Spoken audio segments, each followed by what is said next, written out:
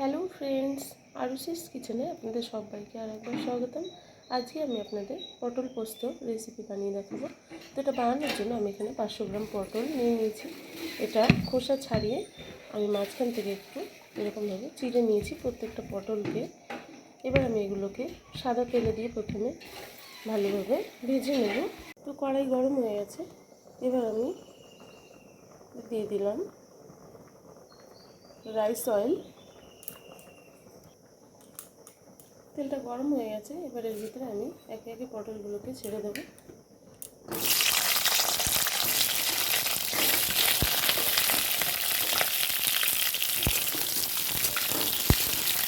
দিয়ে দেবো একটু নুন, একটু নুন দিয়ে দিলাম, দিয়ে সামান্য একটু হলুদ গুঁড়ো,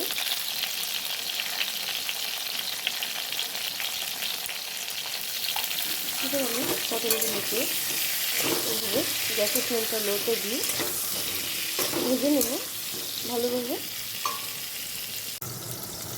সেরকম পটলগুলো আমি সুন্দর করে ভেজে নিয়েছি। এবার এখানে আমি তুলে নেব একটা পাত্রে। সমস্ত পটলগুলোকে নেব।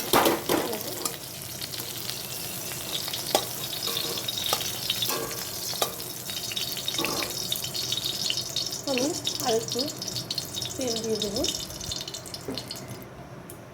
আমি তেলের ভিতরে একটু গোটা কালো জিরে এবং একটা ছোটো সাইজের তেজপাতা দিয়ে দিলাম।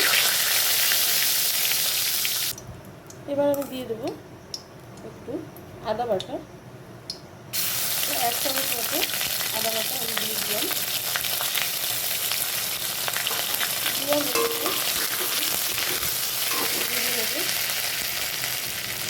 দেবো পোস্ত বাটা। আমি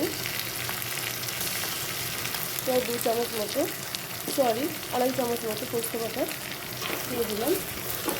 দিয়ে দিয়ে সামান্য একটু জল দিয়ে ভেজে নেব যাতে নিচে থেকে মশলাটা ভেঙে নেবে।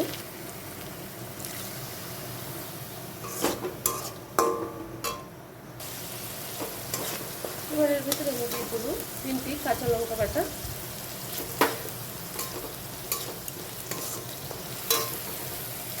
মশলাটা কষানো হয়ে গেছে, ভেজে রাখা পটলগুলো দিয়ে দেবো। দিয়ে একটু কষিয়ে দেবো হালকা।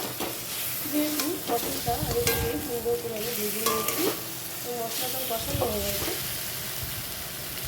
এবার আমি এর ভেতরে দিয়ে দেবো জল। আমি জল দিয়ে দিলাম, দিয়ে সামান্য একটু নুন দিয়ে দেবো। নুনটা আপনারা আপনাদের স্বাদ মতো দেবেন। সামান্য একটু হলুদ গুঁড়ো দিয়ে দেবো।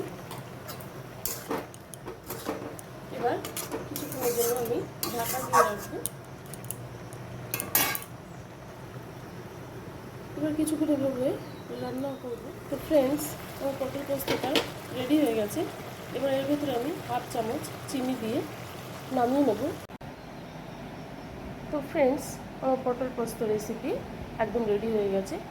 আমি খুব বেশি মশলা ব্যবহার না করে সামান্য মশলাতেই সিম্পলভাবে এটা বানিয়ে দেখালাম। এখন যেহেতু খুব গরম পড়েছে, তো আমার এই রেসিপি যদি আপনাদের ভালো লেগে থাকে তো একটু বেশি বেশি করে শেয়ার করবেন এবং লাইক কমেন্ট করে আমাকে উৎসাহ দেবেন। আর যারা নতুন আছেন আমার চ্যানেলটিতে, প্লিজ তারা একটু সাবস্ক্রাইব করে দেবেন। তো দেখা হচ্ছে পরবর্তী ভিডিওতে। Thank you.